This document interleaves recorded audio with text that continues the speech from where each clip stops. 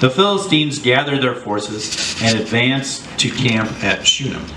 Saul gathered all Israel, and they camped at Gilboa. When Saul saw the Philistine army, he was so afraid that his heart beat wildly. When Saul questioned the Lord didn't answer him. Not by dreams, not by the Urim, not by the prophets. So Saul said to his servants, "Find me a woman who communicates with ghosts. I'll then go to her and ask by using her techniques." "There is such a medium in Endor," his servants replied. So Saul disguised himself, dressing in different clothes. Then he and 2 men set out, going to the woman at nighttime. "Please call up a ghost for me. Bring me the one I specify," Saul said. "Listen," the woman said to him, "you know what Saul has done, how he has banned all mediums and diviners from the land. What are you doing? Are you trying to get me killed?" But Saul promised to her by the Lord, "As surely as the Lord lives, you won't get in trouble for this." So the woman said, "Who do you want me to bring up for you?" "Bring up Samuel," he said. When the woman saw Samuel, she screamed at Saul, "Why have you tricked me? You are Saul." "Don't be afraid," the king said to her. "What do you see?" The woman said to Saul, "I see a god coming up from the ground." "What does he look like?" Saul asked her. "It's an old man coming up," she said. "He's wrapped in a robe." Then Saul knew that it was Samuel, and he bowed low out of respect, nose to the ground. "Why have you disturbed me by bringing me up?" Samuel asked Saul. "I'm in deep trouble," Saul replied. "The Philistines are at war with me, and God has turned away from me and no longer answers me by the prophets or by dreams. So I've called on you to tell me what I should do." "Why do you ask me?" Samuel said, "since the Lord has turned away from you and has become your enemy. The Lord has done to you exactly what he spoke through me. The Lord has ripped the kingdom out of your hands and has given it to your friend David. The Lord has done this very thing to you today because you didn't listen to the Lord's voice and didn't carry out his fierce anger against the Amalekites. The Lord will now hand over both you and Israel to the Philistines. And come tomorrow, you and your sons will be with me. The Lord will hand Israel's army over to the Philistines." Saul immediately fell full length on the ground, utterly terrified at what Samuel had said. He was weak because he hadn't eaten anything all day or night. The woman approached Saul, and after seeing how scared he was, she said, "Listen, your servant has obeyed you. I risked my life, and I did what you told me to do. Now it's your turn to listen to me, your servant. Let me give you a bit of food. Eat it, then you will have the strength to go on your way." But Saul refused. "I can't eat," he said. But his servants and the woman urged him to do so, and so he did. Then he got up off the ground and sat on the couch. And the woman had a fatted calf in the house, and she quickly butchered it. Then she took flour and kneaded it and baked unleavened bread. She served this to Saul and his servants, and they ate. Then they got up and left that very night. The word of the Lord. Thanks be to God.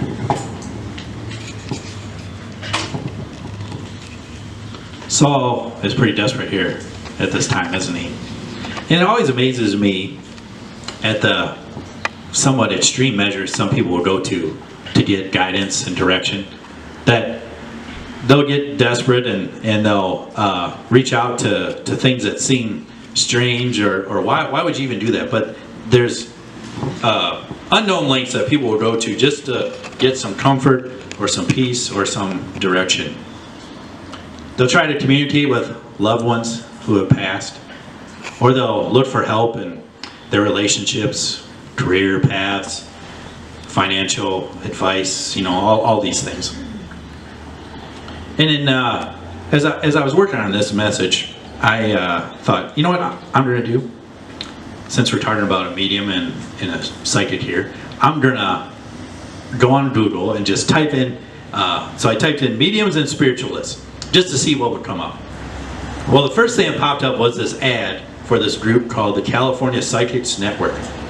And it featured a whole list of people, had like their little profile and their picture and kind of what their specialty was, a whole list of them. And it said there was people who specialized in contacting deceased loved ones or or help with your careers, or finance, or maybe your life path, direction, love and relationships. And then next to each person's profile then had their price, and you could call them on the phone, and it was so much a minute. And you know how you look at some websites and they'll have a sale, and so they'll have like the regular number and it'll be like a slash through it, and then like in a different color the sale number. Well, there were some like that, and they were only charging $1 a minute. And then there were others who next to their name said premium, and it was like $15 a minute to talk to these people. I thought, wow. And some of them, it said they used different tools, and others it was just their own abilities, you know. But some of their tools, like they had tarot cards or crystals, some practiced numerology or astrology, and one even used a pendulum. Now I don't know what they do with a pendulum, but that's what it said. They used a pendulum. So, and then this is the little disclaimer that if you're going to speak to one of their psychics in a psychic network, they should know that. So if you're a person hoping to contact a deceased loved one can often find incredible solace after seeking out the spiritual assistance of psychic mediums. So if you hope to connect with a loved one who has passed, it's important that you are in an emotionally balanced state before and during the call itself, so that the medium has the best chance to tune into this spirit and your energy field without disturbing those highly charged emotions. All right? And then, so basically, in other words, it says that you need to be far enough along on the grieving process that you can be centered for this reading. But that can vary from person to person, so there's no real set time when you should seek out help. People are desperate. Obviously, they're using this thing, wanting to talk to them. Another thing I noticed is there was actually different spiritualist camps. So you could go on a retreat to these camps, and they had people there who would help you in these practices and do all these things. There was one in the closest one I found was this. I think it's Wanawalk, Wisconsin. So not too far away. And there was a medium there, and her name is Robin B. It says, and she's actually an animal communicator, and she is able to connect strongly with pets and animals on the earth, both there and in spirit. So we can even talk to our dead pets. We can communicate with them as well. But even if you can't drive out there and make it that, she's available on the phone or Skype or Zoom. So you have that option. And even this is even made it on network television. It wasn't that many years ago. There was a show called Crossing Over with John Edward, where he would do the same type of thing at an audience and stuff. But what they discovered, and this got out, is that they edited that show a lot. Like the live sessions, he had a whole lot of misses before he came across on a single one where he actually hit and connected with people. But people are hungry and desperate for answers and guidance, and they'll look for it in any place they can. And it sounds so much like where Saul is. Saul is in this desperate mode, and he even goes so far as to consult a medium. Which is funny because it was him who made that rule that all those mediums, those practicers of divination, they were all outlawed and cast out, but yet he breaks his own law to go out and seek that. Well, why is he so afraid? Why is he so desperate? Well, it says here in verse 5 that the Philistine army is gathering, and Saul is afraid, so much so that his heart begins to beat wildly, like serious pounding of his chest, literally worrying him almost to death.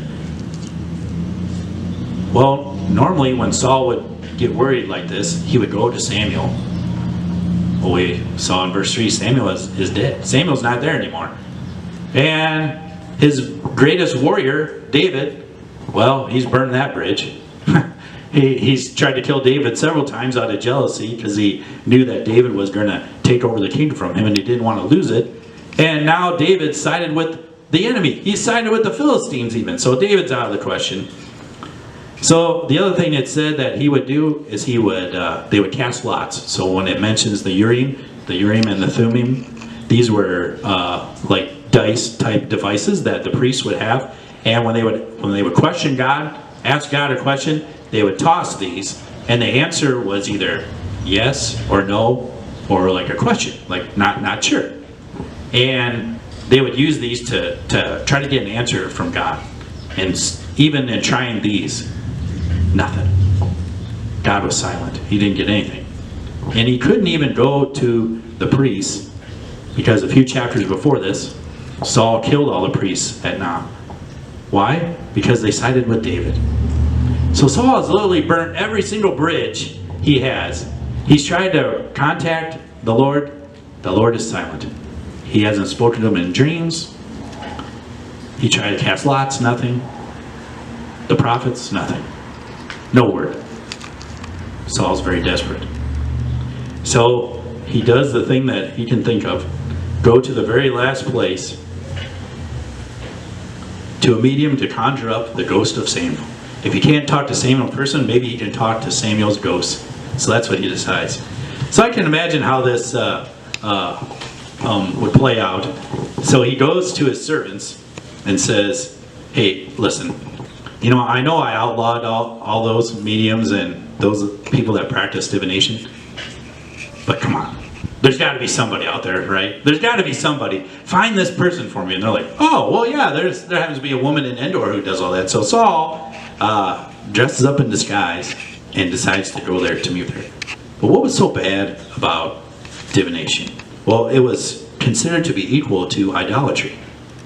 Well, idolatry, gosh, that's one of the 10 commandments. Thou shalt have no other gods before me. So a big time, huge, out of the question, no, this is not cool, this is not allowed. He even made his own rule to get rid of all these people, and yet he's breaking all that. We see how desperate he is. And he even goes so far as to swear an oath on the Lord to this woman that she will be okay. Because she goes there and she's like, okay, I know you're here and you want me to do this, but you know what the king said, right? If I do this, I could die. Just let you know. Yeah, no, nothing will happen to you. I'll swear it on the Lord, even, that no harm will come to you.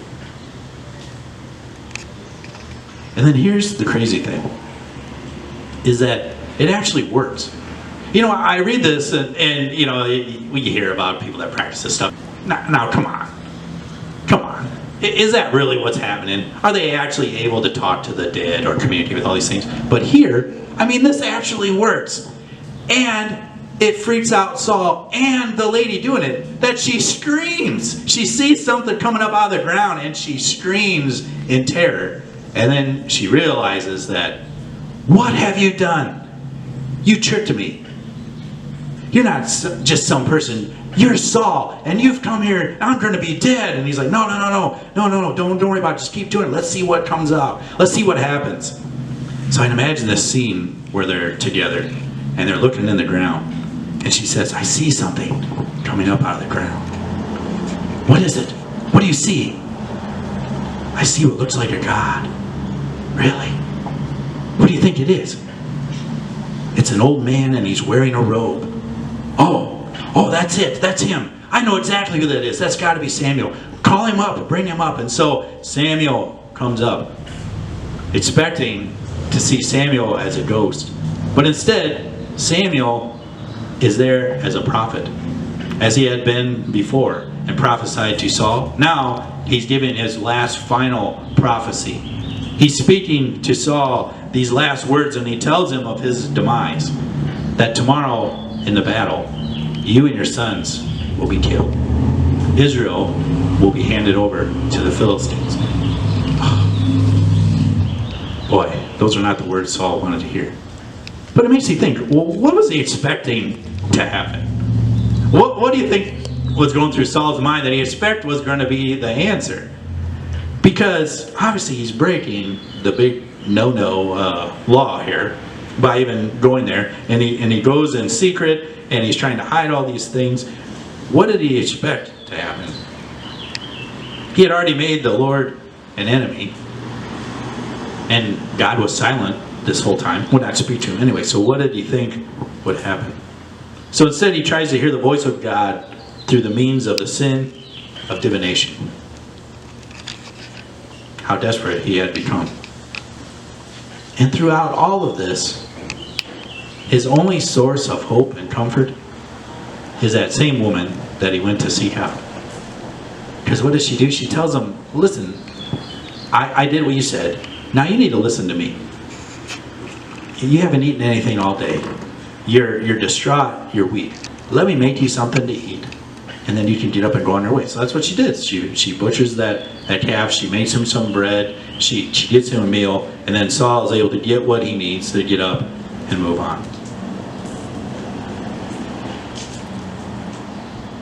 Have you ever been as desperate as Saul? Now, I'm not looking for answers. Don't raise your hand. Don't have to share anything. But think about that for a moment. Now, maybe not to that extreme, but have you ever been so desperate as Saul? Looking for direction and God seems silent.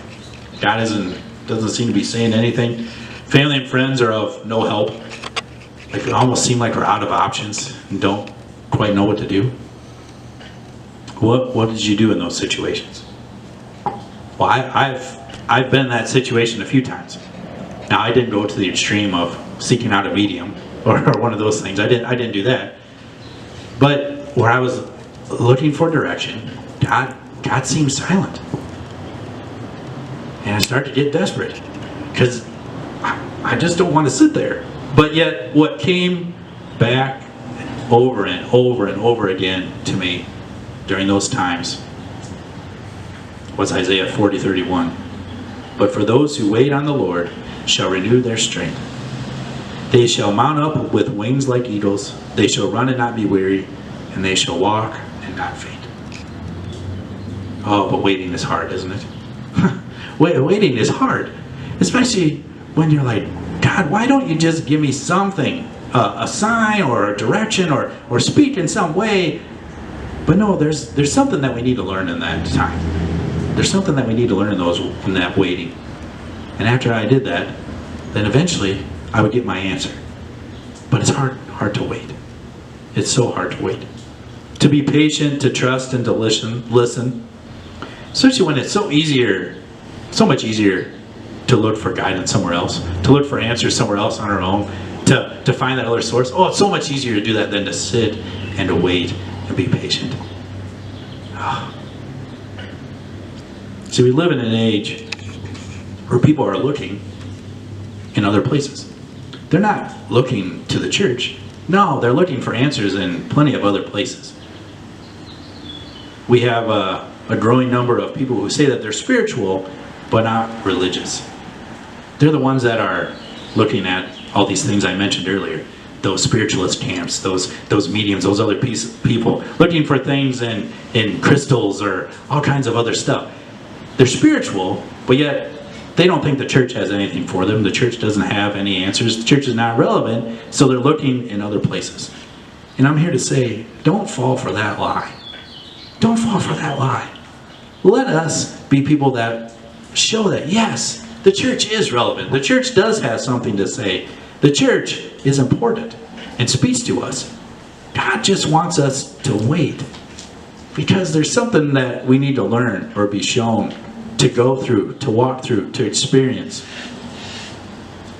So I say this morning, oh Lord, teach us the patience that we need and help us to wait upon you. Amen. Let's pray. God, for those of us that are in that period right now, Lord, that seem to be waiting for you for something. We're unsure about our future or what's going to take place. We're unsure about this whole thing with COVID or all of this stuff. And there's a lot of worry and doubt and fear. Lord, speak to our hearts and our spirit right now. Help us to wait. Help us to wait.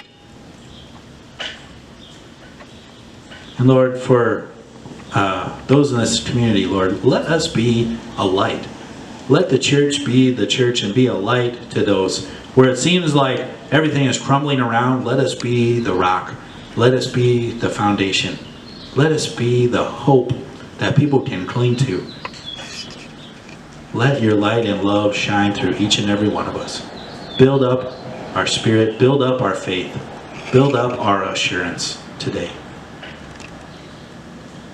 And God, we ask all these things as we lift them up and say the prayer you taught us to pray. Our Father, who art in heaven, hallowed be thy name. Thy kingdom come, thy will be done, on earth as it is in heaven.